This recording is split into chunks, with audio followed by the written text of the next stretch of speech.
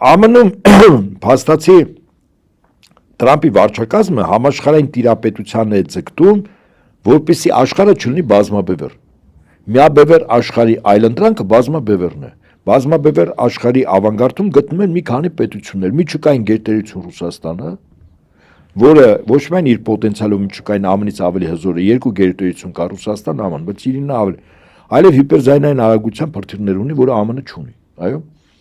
Սուզանավեր ունի եւ Պոսեյդոն ունի, որը ԱՄՆ չունի։ Արեշնիկ ունի, որը ԱՄՆ չունի։ Եվ տնտեսական գերտերություն Չինաստանը։ Այսինքն բազմաբևեռ աշխարհի առանցքում մի կողմից ԱՄՆ-ն է, մյուս կողմից Ռուսաստանը եւ Չինաստանը։ Հիմա կա առանցք, այսպես ասենք, հա, ռազմական եւ տնտեսական առումով։ Այդ առանցքը ես ձևակերպում եմ այսպես, կոչվում է Մինսկ, Մոսկվա, Պեկին։ Մինսկում, ինչու, որտեվ Բելարուսը Ռուսաստանի հետ մեկ միութենական միավոր է կազմում, Բելարուսում միջուկային մարտագլխիկներով հրթիռներն են, օրոշնիկ տիպի հրթիռներն են, այսինքն ինքը այդ առումով շարունակությունն է Ռուսաստանի, ոնց որ, եւ այն կապերը տնտեսական եւ ռազմական, որ կա Չինաստանի հետ, դա իսկապես առանցք է։ Այդ առանցքի վրա գտնվում են նաեւ երկրներ, նվազագույնը երկու երկիր ասեմ, Իրան եւ Հյուսիսային Կորեա։ Այսինքն եթե առկայացնեմ գործնականում ռազմական առումով բազմաբևեռ աշխարհը կայացած է սրանով։ Տնտեսական առումով դա կարող եմ ասել BRICS-ն է, այո, կամ Շանհայի տնտեսական համագործակցությունը, որը ի դեպ շուտով մեծ հաշվով հավակնում է դառնալ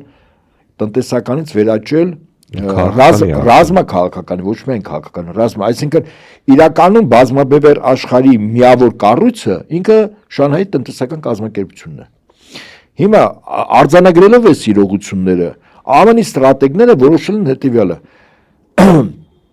այս օղակից ուշադրություն դարձրեք մի պետություն կա, որը միջուկային չի։ Դա Իրանն է։ Բելարուսը միջուկային է, որտեղ տարածքում միջուկային զենքն է տեղադրած, Ռուսաստան միջուկային գերտերություն, Չինաստանը միջուկային եւ Հյուսիսային Կորեան միջուկային։ Իրենք որոշել են հանել Իրանը օղակից, այս շղթայից եւ շղթան փոկվի, հաշվի առնելով նաեւ որ Ռուսաստանի տնտեսական զարգացման տեսլականը հյուսիս-հարավ միջանցքով է գնալու, այսինքն դեպի արևելք եւ գլոբալ հարավ։ Այդ երկու ուղղություններով հանգուցային երկիրը Իրանն է։ Այսինքն հաշվարկը հետեւյալն է, եթե Իրանը կարողանում է այս շղթայից փոկել, շղթան քանդվում է վստահաբար, եւ հարվածը եւ ռազմական առումով է հարված, եւ տնտեսական։ Այ ԱՄՆ-ի ստրատեգները սեն մշակի, բայց որպեսի տան մոտիվացիոն դաշտ, օրինակ պաշտպանության նախարար, Պենտագոնի կամ հիմա պատերազմի նախարար, կամ նույն Տրամպին, գիտեք որն է նրանց մոտիվացիան, որ հիմա մենք ըստ Հովանեսի ավետարանի վերջին ժամանակներն ենք ապրում, որ ներն է գալու, նստելու է Սողոմոնի տաճարում, հետո Արմագեդոնում կռիվանելու Գոգի ու Մագոգի, այսինքն Իսրայելի դաշնակիցների, Իրանի դաշնակիցների միջև, հետո Գոգը հաղթելու է, հետո 7 տարի իշխելու է նարը, հետո Հիսուսի երկրորդ գալուստը, այսինքն մենք պատրաստում ենք Հիսուսի երկրորդ գալուստը։ Այս էլ իրենց մոտիվացիոն դաշտն է, բայց սա ոչ թե նպատակ է, այլ միջոց, ի տարբերություն Իսրայելի, որտեղ մեծ Իսրայելը ոչ թե նպատակ է դառնում, այլ հետևանք։ Նպատակը փրկչի գալն է, Մաշախի գալն է, հա։ Եվ այս երկու իրողությունների ֆոնի վրա, որտեղ հիմա մենք ապրում ենք, այս պահին ակնհայտ է, որ ԱՄՆ-ի առավել սթափ իրատեսական ռազմաքաղաքական ղեկավարությունը գնահատում է, որ Իրանի դեմ այս երրորդ բախումը,